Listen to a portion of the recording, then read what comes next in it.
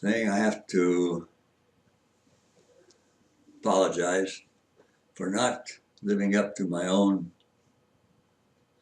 uh, beliefs. One of them, which is you can't believe anything you hear around here without double checking it. And as a result of that, I had to take down what I had posted yesterday and delete it, the front part, and I haven't had time to restore the second part, which was okay. Which is, don't believe anything you hear around here without double checking it. While waiting in the line for the elevator, the nurse came by and talked to one of the guys and who said that in a conversation, he said that he had the phone number for the missing resident. Well, that was a surprise to this guy, so he said, well, when I get back, I'll check it out. Well, of course, that was the second day he had been gone. Therefore, if he'd had a telephone, it would have been well known. His sister knew nothing about it, I found later. So, anyway, and I posted that yesterday about the cell phone. Well, okay, that's down the drain, and this is now corrected. He doesn't have a telephone. He's still missing. This is the third day, and in my opinion, it's very serious because it's very difficult in this day and age to stay hidden unless you're some way of staying hidden. And he had a normal life here and was not had time. The only time he ever went out was to go up to Mini Mart. So anyway, we still have to stay tuned, in my opinion. They might have to start looking down in Commencement Bay because this is the third day, and it's so hard to stay anonymous with all the facilities they have to locate people. I went over to see Kay today. She was still in bed. She had not eaten anything, according to what I found later. So I just pulled up my chair and I sat down beside her for the hour and a half that I was there.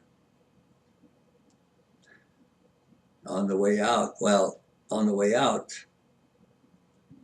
as I was down in the lobby, the fire alarm went off.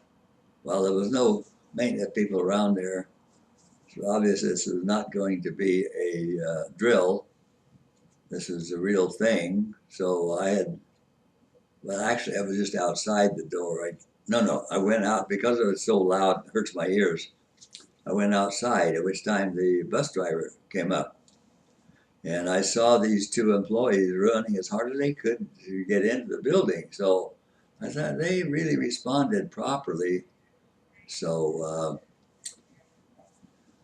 I kind of vacillated, wondered whether I should stick around, which means I'd have to hold this. I can't hold this driver so long. So I'd been up on the third floor, of course, just a couple minutes before. Obviously nothing there.